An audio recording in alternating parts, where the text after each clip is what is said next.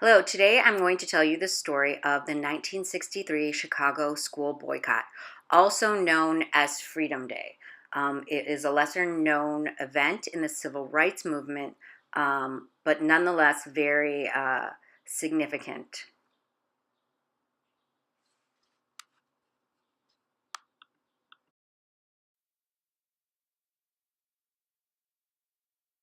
Why are you out of school today? Because today is Freedom Day. Why am I? Because I want to march for my freedom rights. You gonna march? No, I'm not gonna march. If I don't go to school, I'm gonna march. Yeah, me too. In the 1960s, Chicago public schools were just as segregated as the schools in the South.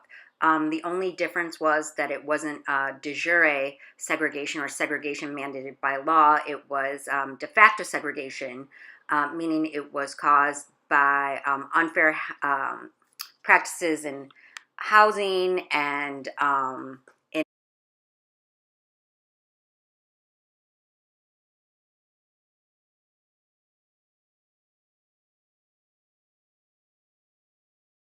the school superintendent at the time was a man named Ben Willis.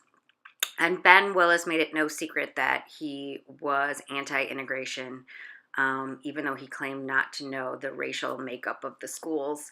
Um, the black schools were severely overcrowded, they were underfunded, the facilities were inferior. But instead of allowing these black students to attend nearby underpopulated white schools, Willis's solution was to put mobile trailers into the parking lots of these schools to act as makeshift classrooms. These much despised trailers became known as Willis wagons.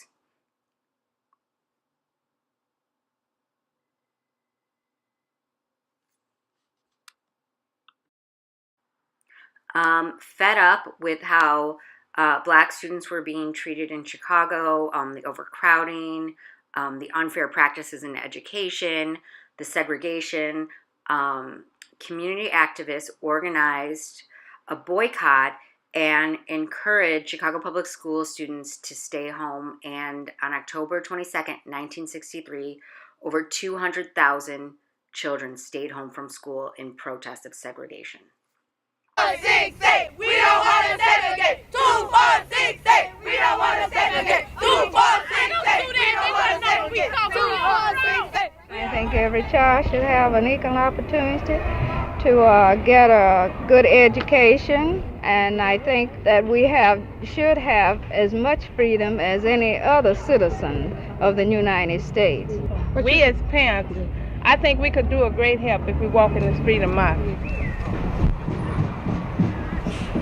I think this is one of the most wonderful demonstrations and stabs for freedom that the Negro in Chicago has ever had. We are definitely interested in the education of our children. We want quality in education, and it's the main reason why we're marching today. What do you want? Books! Where? Now! What do you want? Books! Where? The books we get, they aren't new books, they are secondhand books, and some of the teachers have explained it to us, and we don't have enough books to go around to each student, so we have to share books.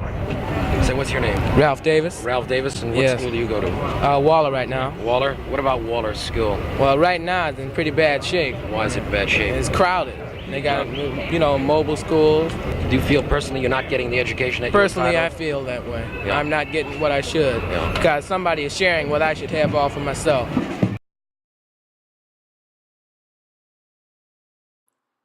The day culminated in marchers surrounding City Hall and the Chicago School Board. They were demanding the immediate removal of Ben Willis. They wanted school segregation.